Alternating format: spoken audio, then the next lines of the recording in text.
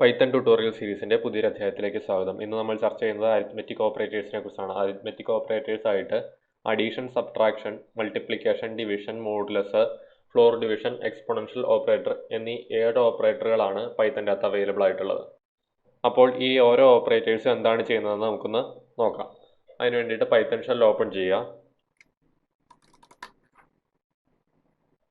Addition എന്ന് പറയുന്ന operator നമുക്ക് 2 നമ്പറുകൾ ആഡ് ചെയ്ത് കഴിഞ്ഞാൽ ആഡ് ചെയ്തതിന് ശേഷം അതിൻ്റെ റിസൾട്ട് തരും. അത് 1+1 ചെയ്യുകയാണെന്നുണ്ടെങ്കിൽ 2 തരും. ഇനിയുള്ള സബ്ട്രാക്ഷൻ 2 - 1 ആണെന്നുണ്ടെങ്കിൽ 1 റിസൾട്ട് തരും. മൾട്ടിപ്ലിക്കേഷൻ 2 × 2 ആണെന്നുണ്ടെങ്കിൽ 4 റിസൾട്ട് തരും. പക്ഷേ ഡിവിഷൻ്റെ കാര്യത്തിൽ നിങ്ങൾ ശ്രദ്ധിക്കേണ്ട കാര്യം എന്ന് വെച്ച് കഴിഞ്ഞാൽ 2/1 ചെയ്യുകയാണെന്നുണ്ടെങ്കിൽ 2.0 ആയിരിക്കും നമുക്ക് റിസൾട്ട് കിട്ടുക. അതിൻ്റെ കാരണം പൈത്തൺ ഒരു ഡൈനാമിക്കലി ടൈപ്ഡ് ലാംഗ്വേജ് ആണെന്ന് നമ്മൾ ഡാറ്റ ടൈപ്പുകളെ കുറിച്ചുള്ള വീഡിയോയിൽ പറഞ്ഞിരുന്നു. നമുക്കറിയാം, ഒരു ഇൻറ്റിജറും കൂട്ടുകയാണെന്നുണ്ടെങ്കിലോ ഗുണിക്കുകയാണെന്നുണ്ടെങ്കിലോ കുറയ്ക്കുകയാണെന്നുണ്ടെങ്കിലോ ഒരിക്കലും വേറൊരു ഫ്ലോട്ടിംഗ് പോയിന്റ് നമ്പർ ജനറേറ്റ് ചെയ്യില്ല.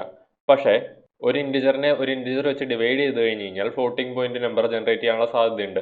അതുകൊണ്ട് പൈത്തൺ ഒരു ഡൈനാമിക്കലി ടൈപ്ഡ് ലാംഗ്വേജ് ആണ്. അഥവാ ഡിവൈഡ് ചെയ്യുമ്പോൾ ഫ്ലോട്ടിംഗ് പോയിന്റ് നമ്പർ കിട്ടാനുള്ള സാധ്യത മുന്നിൽ കണ്ടുകൊണ്ടാണ് പൈത്തൺ 2.0 എന്ന് നമുക്ക് ഇവിടെ റിസൾട്ട് വരുന്നത്.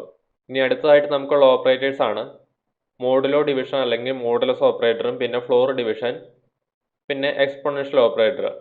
ഇതിൻ്റെ അകത്ത് മോഡുലോ ഡിവിഷൻ നിങ്ങൾ മറ്റ് പ്രോഗ്രാമിംഗ് ലാംഗ്വേജുകളിലും കണ്ടിട്ടുണ്ടാവും. എന്നാൽ ഫ്ലോർ ഡിവിഷനോ എക്സ്പോണൻഷ്യൽ ഓപ്പറേറ്ററോ വേറെ പ്രോഗ്രാമിംഗ് ലാംഗ്വേജുകളിൽ കാണാനുള്ള സാധ്യത കുറവാണ്. അപ്പോൾ ഇത് മൂന്നും എന്താണെന്ന് നമുക്ക് നോക്കാം. മോഡുലോ ഡിവിഷൻ അഥവാ മോഡുലസ് ഓപ്പറേറ്റർ നമുക്ക് ഡിവിഷന് ശേഷം റിമൈൻഡർ തിരിച്ചു തരും. അതായത്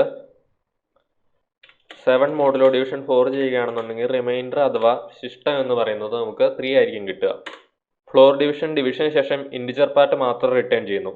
ഉദാഹരണമായിട്ട് പറയുകയാണെന്നുണ്ടെങ്കിൽ നമുക്ക് 7/4 ചെയ്യുകയാണെന്നുണ്ടെങ്കിൽ 1 ആയിരിക്കും കിട്ടുക. ഇതിൻ്റെ അകത്ത് ഇൻറ്റിജർ പാർട്ട് എന്ന് പറയുന്നത് അല്ലാന്നുണ്ടെങ്കിൽ ഫ്ലോട്ടിംഗ് പോയിന്റ് പാർട്ട് ട്രങ്കേറ്റ് ചെയ്താൽ കിട്ടുന്ന ഇൻറ്റിജർ പാർട്ട് എന്ന് പറയുന്നത് 1 ആണ്.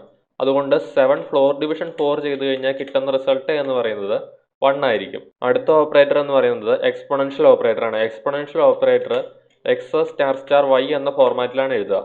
ഈ ഒരു എക്സ്പോണൻഷ്യൽ ഓപ്പറേറ്റർ ചെയ്യുന്നത് x⁻y എന്താണെന്നുള്ളതാണ് റിട്ടേൺ ചെയ്യുക. ഉദാഹരണമായിട്ട് 2**8 ചെയ്യുകയാണെന്നുണ്ടെങ്കിൽ 256 എന്നായിരിക്കും നമുക്ക് ഔട്ട്പുട്ട് കിട്ടുക. അപ്പോൾ ശരി, വീണ്ടും കാണാം.